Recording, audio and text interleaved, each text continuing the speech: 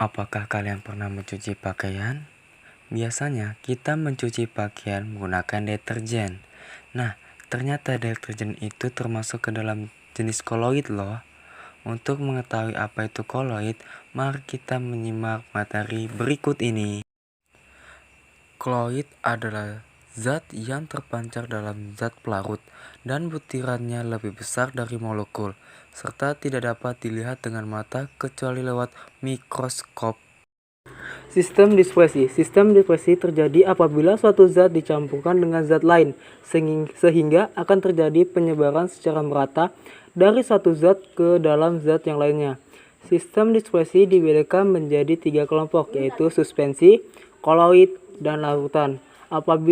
Adapun pembeda ketiganya sebagai berikut. Jenis-jenis koloid. Terdapat 5 tipe sistem dispersi koloid.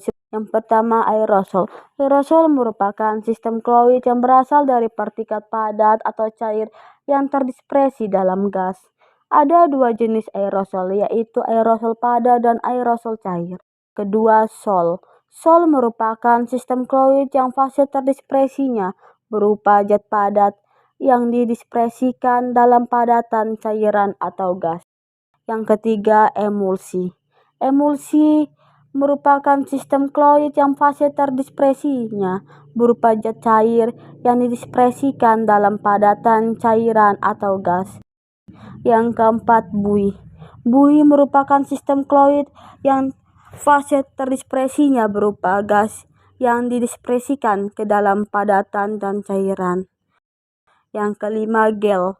Gel merupakan koloid yang mempunyai sistem setengah kaku antara padat dan cair. Sifat-sifat koloid. Yang pertama adalah sifat gerak Born.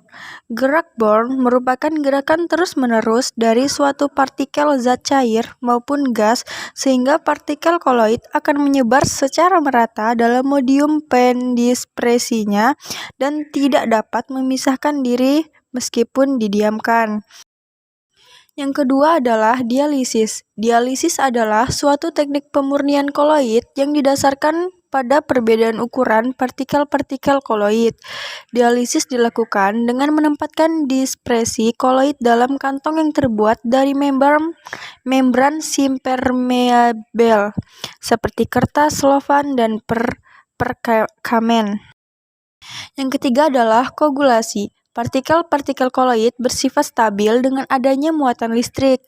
Apabila muatan hilang, maka partikel-partikel koloid dapat saling bergabung membentuk suatu gumpalan flokulasi. Yang keempat adalah efek Tyndall. Terhamburnya cahaya ketika suatu benda disinari oleh seberkas cahaya disebut efek Tyndall. Adanya partikel koloid dan suspensi yang cukup besar dapat menghamburkan cahaya, sedangkan partikel-partikel larutan yang sangat kecil tidak dapat menghamburkan cahaya. Yang kelima adalah adsorpsi, adalah proses penyerapan ion dan muatan pada permukaannya. Hal ini dapat terjadi karena partikel koloid mempunyai permukaan yang luas dibandingkan dengan partikel larutan sejati. Contohnya adalah industri gula untuk pemutihan gula, yaitu pembuatan koloid. Nah, yang pertama, cara kondensasi. Cara kondensasi ini dilakukan dengan mengubah ukuran partikel larutan yang berupa ion atau molekul menjadi partikel koloid. Untuk reaksinya ada 4. Yang pertama, ada reaksi substitusi, yaitu merupakan suatu reaksi yang melibatkan pertukaran ion. Yang kedua, ada reaksi hidrolisis. Reaksi hidrolisis adalah reaksi kimia yang terjadi antara suatu senyawa dengan air. Yang ketiga, ada penggantian pelarut. Penggantian pelarut digunakan untuk mempermudah dalam pembuatan koloid. Yang keempat, ada reaksi reduksi oksidasi. Reaksi redoks merupakan reaksi yang melibatkan bilangan oksidasi. Yang kedua yaitu cara dispersi. Yang pertama ada cara mekanik. Cara mekanik ini dapat dilakukan dengan cara menghaluskan atau melakukan penggerusan partikel kasar menjadi partikel halus. Yang kedua yaitu Busul-Bredict.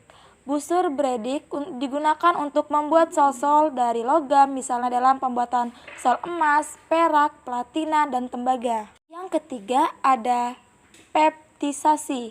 Peptisasi merupakan proses pemecahan partikel suspensi atau endapan hasil reaksi kimia menjadi partikel berukuran koloid dengan penambahan suatu zat kimia tertentu.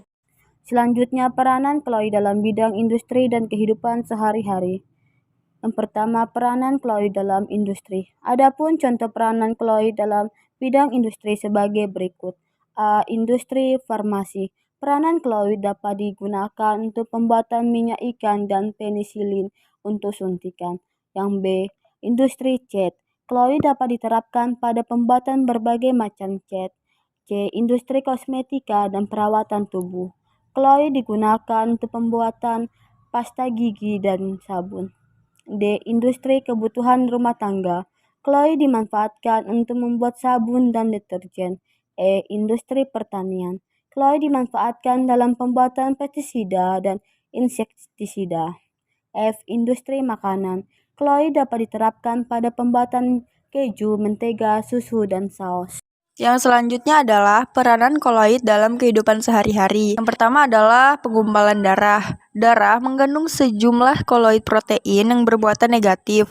Apabila terdapat luka kecil, maka luka tersebut dapat diobati dengan pensil pitik atau tawas yang mengandung ion Al3 positif dan ion Fe3 positif. Yang kedua adalah pemutihan gula.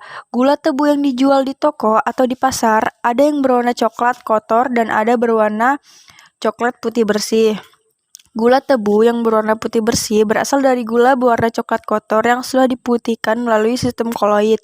Yang ketiga adalah proses pewarnaan pada industri tekstil.